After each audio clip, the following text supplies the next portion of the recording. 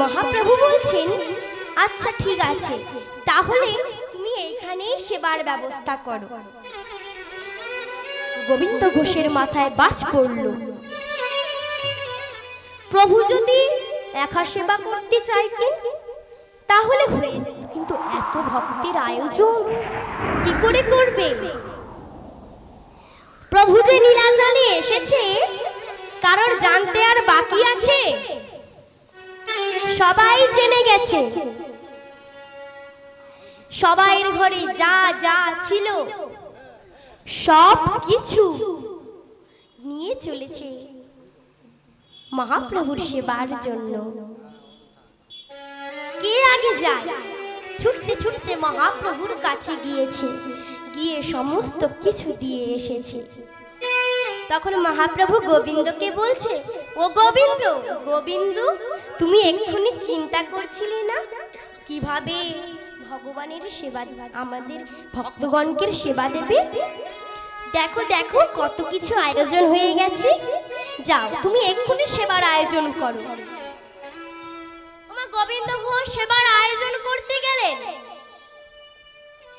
সেবার আয়োজন করে প্রথমে প্রভুকে সেবা দিলেন।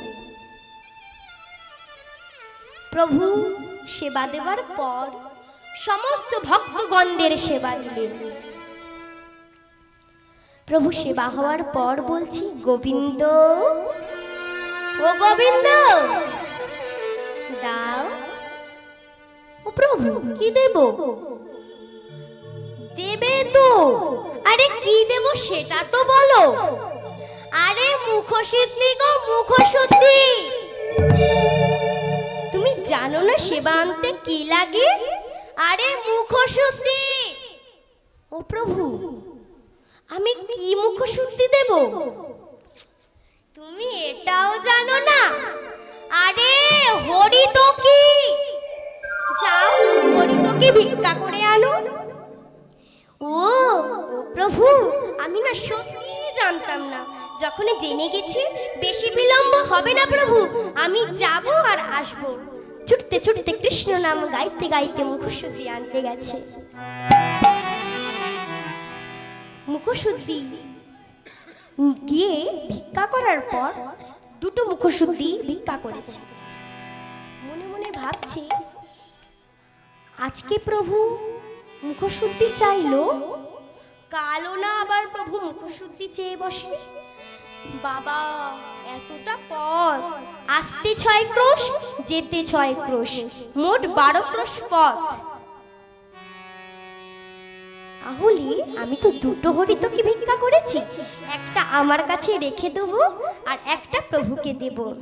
এই বলে একটা নিজের কাছে সঞ্চয় করে রেখেছে আর আরেকটা প্রভুকে দেবে বলে যাচ্ছে। প্রভুর কাছে এসে বলছে, ও প্রভু, প্রভু একটু আসতে বিলম্ব হয়ে গেল, তবে এই নাও, ধরো ধরো ধরো তোমার মুখশুদ্ধি। তখন সেবার পর সমস্ত ভক্তগণকে বলছে, চলো ভক্তগণ, আজই আমরা এখান থেকে যাই। আজ কৃষ্ণ নাম গাইতে গাইতে চলেছি। হরে কৃষ্ণ কৃষ্ণ কৃষ্ণ হরে হরে, হরে রাম হরে রাম, রাম রাম হরে হরে। সবাই আমার সাথে গাইবেন তো? হরে কৃষ্ণ কৃষ্ণ কৃষ্ণ হরে হরে, হরে রাম সবাই মিলে হাত তুলুন। রাম রাম হরে হরে। সবাই বলুন তো দেখি, দাঁড়াও দাঁড়াও দাঁড়াও, দেখি বলুন তো নাম।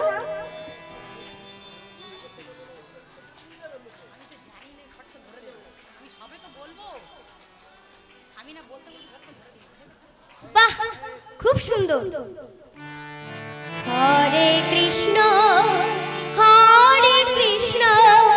কৃষ্ণ কৃষ্ণ হরে হরে, হরে রাম হরে রাম, রাম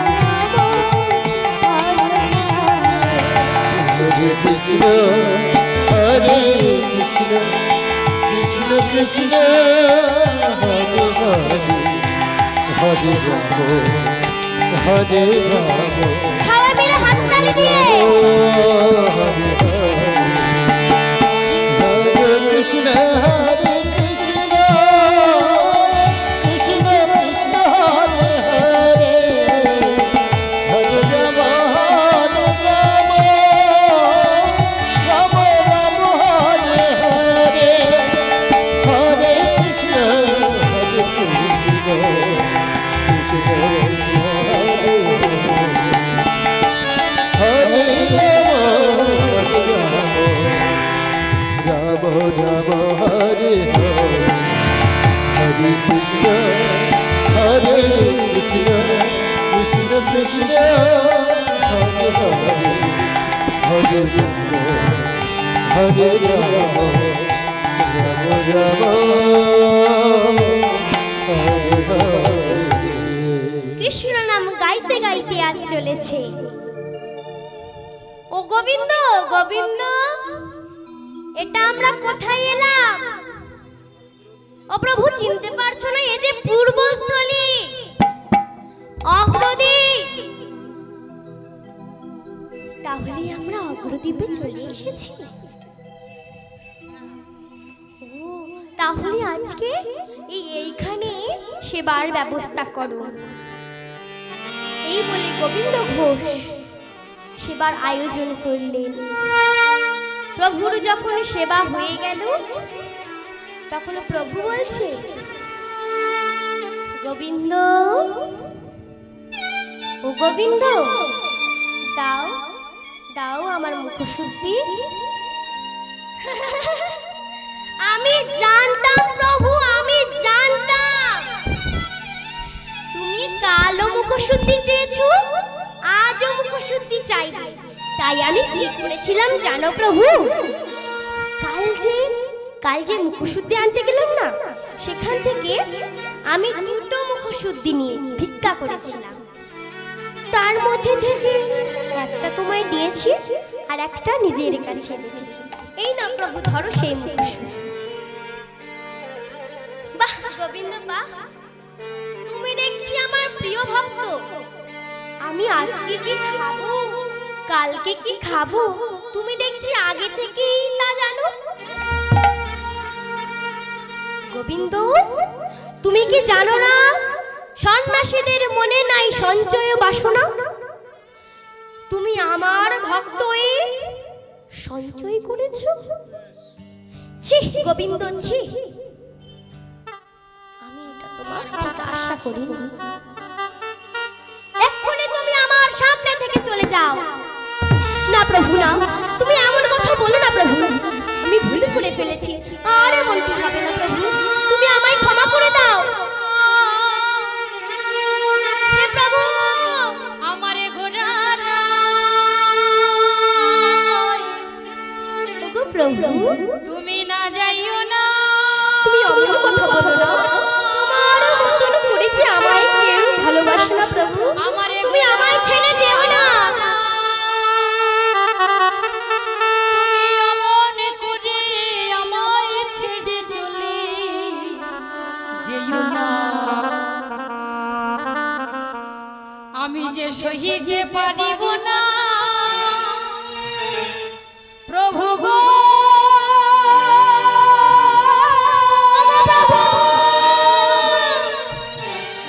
তুমি অমন কথা বলো না প্রভু, তুমি যেও না, যেও না, যেও না, যেও না প্রভু। তোমার মতন করে যে আমায় কেউ ভালোবাসে না প্রভু, তুমি আমায় ছেড়ে চলে যেও না, যেও না প্রভু, না, তুমি যেও না প্রভু, তুমি যেও না, চলে তুমি যেও না। যেও ওগো দয়াময়, হে দয়াময়, তুমি আমায় ছেড়ে চলে যেও না প্রভু। তুমি তুমি তুমি যদি আমায় ছেড়ে চলে যাও, তোমার মতন করেছি আমায় কেউ ভালোবাসে না প্রভু। তুমি তুমি আমায় ছেড়ে যেও না প্রভু, তুমি আমায় ছেড়ে যেও না। তখন কি করলেন? মহাপ্রভু গোবিন্দ ঘোষকে রেখেই ভক্তগণকে নিয়ে চলে গেলেন। গোবিন্দ ঘোষ সেখানে অচৈতন্য হয়ে পড়েছে। গোবিন্দ ঘোষের বাড়ি তো অগ্রদ্বীপে। অগ্রদ্বীপের পাড়া প্রতিবেশীরা এসে বলছে, আরে এ তো আমাদের পাড়ার ছেলে গোবিন্দ। আরে আরে এখানে এরকম করে পড়ে আছে, চল ধর ধর ওকে ধরে নিয়ে চল। মা যাওয়ার সময় গোবিন্দ ঘোষ মহাপ্রভুকে বলে দিলেন, প্রভু আমি যদি তোমায় ভালোবেসে থাকি, তোমায় এক পক্ষ কালের মধ্যে আমার কাছে ফিরে আসতে হবে। সবাই ধরাধরি করে গোবিন্দ ঘোষকে তার গাড়িতে পাঠিয়ে একদিন যায়, দুদিন যায়, গোবিন্দ ঘোষের কাছে যেন এক একটা বছর কেটে যাচ্ছে।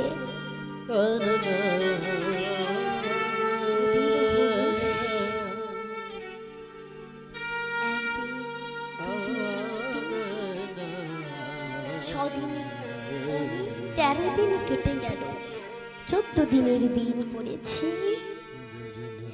গোবিন্দ ঘোষ বলছে, না না না না না না, এই জীবন আমি আর রাখবো না। ওই গঙ্গার জলে গিয়ে আমি দেহ ত্যাগ করব। ও প্রভু, কেউ না জানো, তুমি তো জানবে। তুমি আমায় ত্যাগ করলেও তোমার নাম আমি ছাড়িনি। গৌর হরির নাম করতে করতে আজ চলেছি। গৌর গৌর গৌর গৌর গৌর গৌর গৌর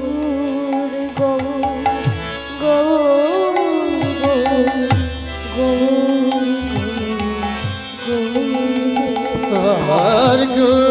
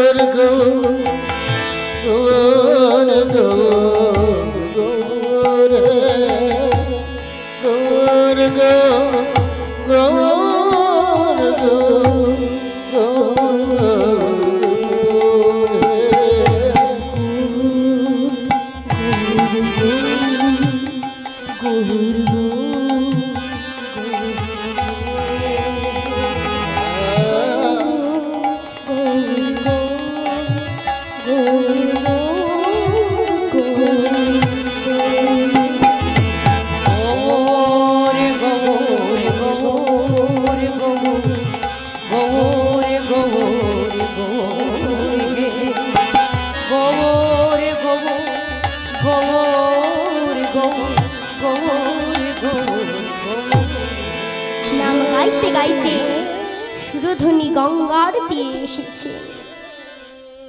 গঙ্গার তীরে এসে সুরধ্বনি গঙ্গার তীরে নেমেছেন। যখন মরতে যাবে তখন মহাপ্রভু কখনো ভক্তকে কি মরতে দেয়? তখনও প্রভু ছিলেন রামকেলি গ্রাম। সেই রামকেলি গ্রাম থেকে একটি কষ্টি পাথর জলে ভাসিয়ে দিল। মা কখনো কানে শুনেছেন না চোখে দেখেছেন যে পাথর জলে ভাসে? ভাসে গো ভাসে, তার ইচ্ছায় সব হয়। পাথর কখনো শোলা হয়ে জলে ভাসে, আবার পঙ্গুও কখনো গিরিপথ লঙ্ঘন করতে পারে। তখন সেই কষ্টি পাথর ভাসতে ভাসতে গোবিন্দ ঘোষের গায়ে এসে ঠেকেছে। তখন গোবিন্দ ঘোষ মনে মনে ভাবছেন, আরে পাশেই তো শ্মশান, সেই মরা পোড়া কাঠ মতো হয়, আমার গায়ে এসে ঠেকেছে। এই ভেবে সেই কষ্টি পাথরটিকে দূরে সরিয়ে দিয়েছে। তারপর আবার সেই কষ্টি পাথর ভাসতে ভাসতে গোবিন্দ ঘোষের গায়ে এসে লেগেছে।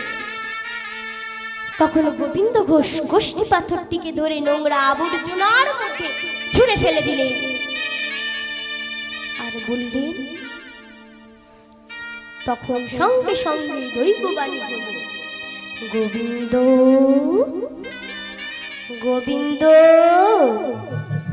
ও গোবিন্দ, তুমি আত্মহত্যা করো না, আত্মহত্যা করা যে মহাপাপ, আত্মহত্যা করলে পিতৃজনী প্রেতাত্মা ভোগ করতে হয়।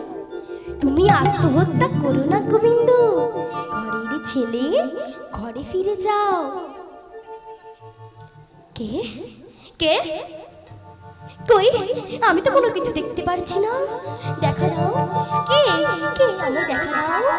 আবারও দৈববাণী হলো, গোবিন্দ গোবিন্দ, আত্মহত্যা করো না, ঘরের ছেলে ঘরে ফিরে যাও। ওমা গোবিন্দ ঘোষের আর মরা হলো না। আজ 15 দিনে পড়েছে। ওমা এক পক্ষকাল কাকে বোঝায় আপনারা কেউ জানেন না? এক পক্ষকাল কাকে কত দিনে বোঝায়? 15 দিনকে বোঝায়। 15 দিনের দিন ভক্তির বাক্য তো প্রভু লঙ্ঘনও করতে পারছে না। 15 দিনের দিন প্রভাতে ভক্তগণকে সঙ্গে নিয়ে কৃষ্ণ নাম করতে করতে চলেছি। কেমন ভাবে? প্রভাত সময়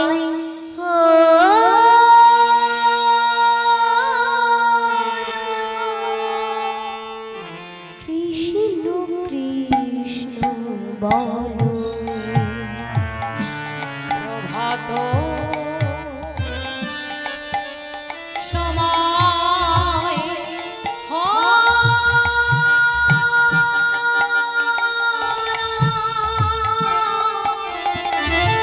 কৃষ্ণ কৃষ্ণ বলো, প্রভাত সময় বলো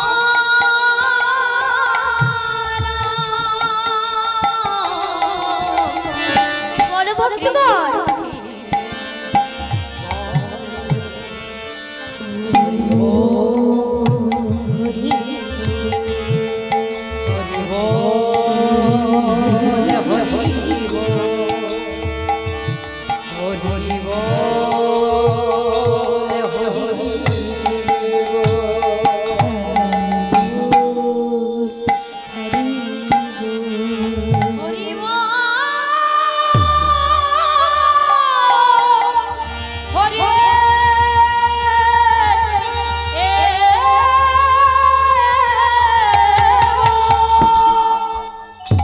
এরকম ভাবে কৃষ্ণ নাম গাইতে গাইতে চলেছি।